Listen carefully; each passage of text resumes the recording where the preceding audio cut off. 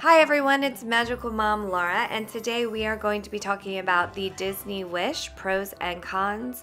We recently sailed on it for New Year's Eve cruise, and I can't wait to tell you all my thoughts on it. Let's start with number one. This is Disney Cruise Line's newest ship. Compared to the older ships, Disney is using cutting edge technology and they have really improved on their design. So they have iPads for menus. You can use your Magic Band Plus on the cruise ship and it interacts with everything throughout the ship. In the theater, they use projection mapping throughout the shows to really tell the story. In the staterooms, you have charging on both sides of the bed and plenty of outlets and options for charging. I also noticed a lot of improvement on small details and designs around the ship. Number two, the Grand Hall. On all of the Disney ships, the lobby atrium is a major hub. On the older four ships, it is much smaller. On the Disney Wish, they really expanded it. They added a stage. It's a hub of activity where there are characters and they do stage shows and bands are there as well. So they really improved on the Grand Hall or lobby atrium. It's a lot bigger. The chandelier in the middle is Cinderella's dress upside down, and that alone does its own shows and even one for Pirate Night. Such a cool feature. Number three, the stage in the lobby. On the older cruise ships, they have a lot of performers in the lobby atrium, but there's no stage. They sort of stick them next to underneath the staircase going up. So I found this to be a huge improvement. We saw shows at night when we were getting her out of the kids club, which the slide to the kids club is right next to the stage. They also do character shows on here. One of the best ones was our last night. They brought out a bunch of characters as a farewell show, and Landon met Moana and Tiana. I think this is a huge improvement and such a unique and smart way to design the lobby. Number four, the kids slide and the kids club. This kids slide is the coolest thing they've ever done for kids. My daughter obviously loved it, so did the other kids. I think they need to put all the ships in dry dock. Add this to the kids club, please. And the kids club is the best that they've done. They've taken everything they've learned, I think, from the other four ships, and it is just incredible. So this is the Oceaneers Club from ages 3 to 11. They have a little area for all the princesses and games and an art room. They have a studio lab. My daughter did a cake decorating class or competition in there. A little Star Wars room. They have like a Marvel Avengers room. She played games. Characters come to the kids club. It is really an amazing kids club, and she does not want to leave when she's in it and asks to go back all the time. One of the reasons why we love Disney cruises so much. Number five, there are more places to get coffee and cocktails, my two favorite drinks when I'm on vacation. They have a beautiful coffee bars that open up into the lobby, and fancy coffee drinks, regular coffee drinks, and cocktails are available. They have more bars throughout the ship. It's a larger ship. There's more places to get cocktails on the pool deck as well. On the older ships, they have the adult-only area, bars, clubs, lounges grouped together. And on the Wish, they spread it out a little bit more, so they are throughout the ship, and I like that design better.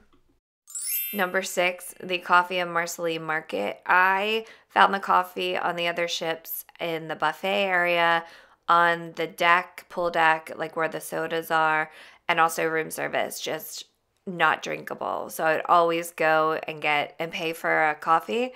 But I actually thought it was pretty good. Like, it was decent. I could drink it. I wish I had ordered it from room service. I didn't. But it was really good in Marceline Market and up on the pool deck.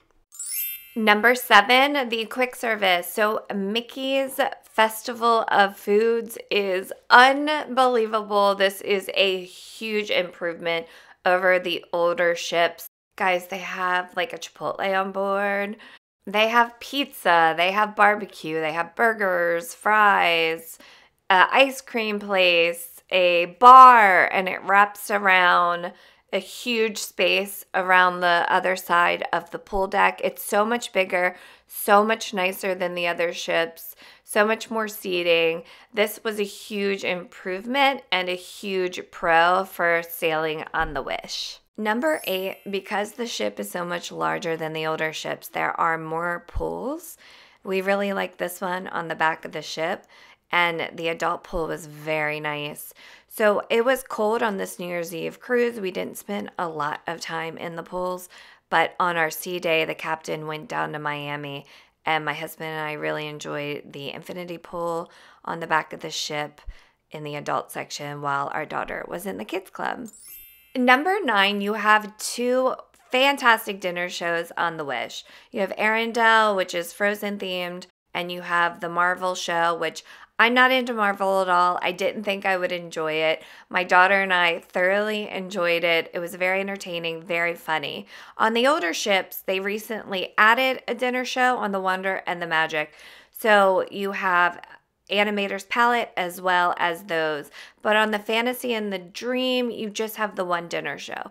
So to have these 2 fantastic dinner shows, it keeps the kids entertained during dinner. And then when we went to 1923, the other rotational dining on the Wish, we ordered room service for her and then took her to the kids club because we knew she wouldn't enjoy it as much.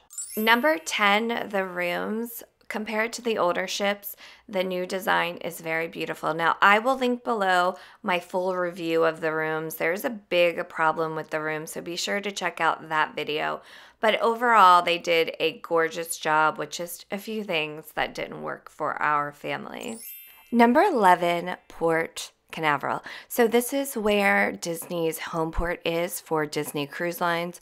Most of the Disney cruises sail out of this. It is a little over an hour to Disney World, about an hour to Orlando International Airport. So you can really tack on a cruise before or after your Disney World vacation. I have sailed out of Barcelona and Miami, and I have to say Port Canaveral has it together. The porters from when you get dropped off are so amazing, so nice. The process is incredibly seamless. Everyone seems to work for Disney. Very efficient, just a wonderful experience. And one of the things I even noticed is the is it called the gangway? Where you walk onto the ship. It's right there, where in Miami it was like a long walk. So that was a little surprising. The second home port for Disney just opened in Fort Lauderdale, or Port Everglades, which we are going to be sailing out in September. I'm so excited to see what that is like as well. It looks very similar, but it's Nemo themed. Number 12, the art. Throughout the entire ship, the art was incredible. A lot of it was in the staircases when you come up and near the elevators, and they really did a beautiful job. The cons of the Disney Wish. Number 1, the rooms. So again, look at the link below. I go into detail about this.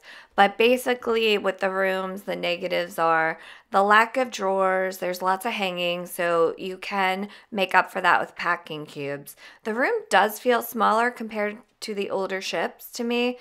I'm not sure why, but it does. And then the kids' bed. It's awful. It was amazing on the Dream. It's awful on the Wish. So go check that video out for more detail. Number 2, the cast members. I'm not going to put any footage of that here, obviously, of the cast members. I felt like there was something missing on the Wish.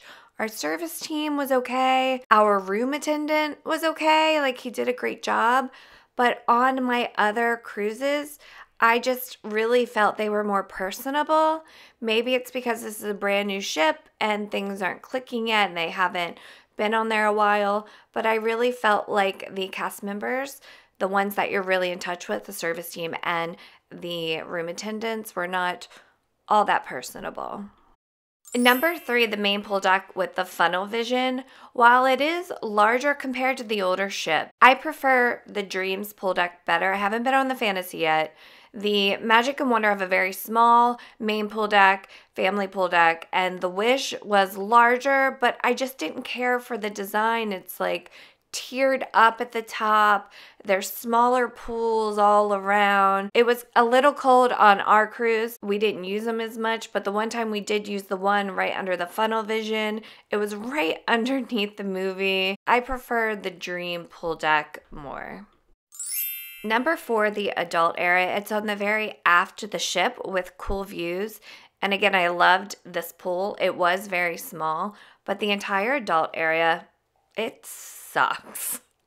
Like on the older ships, they're so much nicer. I don't know what they were thinking.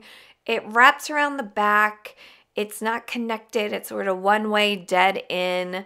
And most of the space is dedicated to a walkway, if that makes sense. It's so out of the way. Do not like it at all. I actually prefer the adult area on the first 2 ships, Magic and Wonder, the best. Cove Cafe, which is an adult-only cafe. In the other ships, it's more centrally located. On the Wish, it's in the very end of that dead end. We actually never even went to it.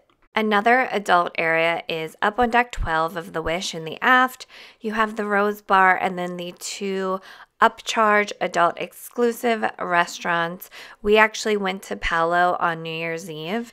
And this is a steakhouse. I don't feel like it's as good as the other ships. I mean, I enjoyed it, but I thought the Dream, the Magic, and the Wonder, which I've had Palo on, was a lot better. This was more of a steakhouse and not as much of a delicious Italian meal. The burrata was good. It wasn't as good as on the Dream. That's my feeling on it. The Rose Bar was okay. We just really loved the nautical theming of the Meridian Bar on the Dream. Could just be our preference. I felt like a lot of these adult areas were a miss. Number 5, Disney Uncharted Adventure. This is something that is on the Navigator app, the Disney Cruise Line app, and we were really excited to check this out. She really had fun creating her avatar, which looked crazy. And we went for the first mission down by the Neverland Theater, I think it was, and we couldn't get it to work. It would not work. So that was a big disappointment because it looks like a really cool game. It has something to do with the Wishing Star, which is a big theme on the Wish. It uses augmented reality and special effects. And then at the end, you're supposed to meet, I think it was at the Luna Lounge because I got a notification, and you do a battle for the Wishing Star. Not sure why it didn't work, but that was a little disappointing. Number 6, confusing layout. There is no midship elevator on the Wish. The older ships all have 3 banks of elevators, so it's easier to access the ship more, and the Wish is a much bigger ship, so it makes it more difficult. Instead of the midship elevators, you have that beautiful stage, which is really nice. So there's lots of dead ends. It's a short cruise on the Wish, 3-4 nights. So you have to get your bearings pretty quick so you know where to go. I actually saw on the ship plan they had this promenade in the front on deck 6, and I completely missed it. I don't know how I did. I thought I explored the whole ship. So it's a confusing layout, especially compared to the older ships.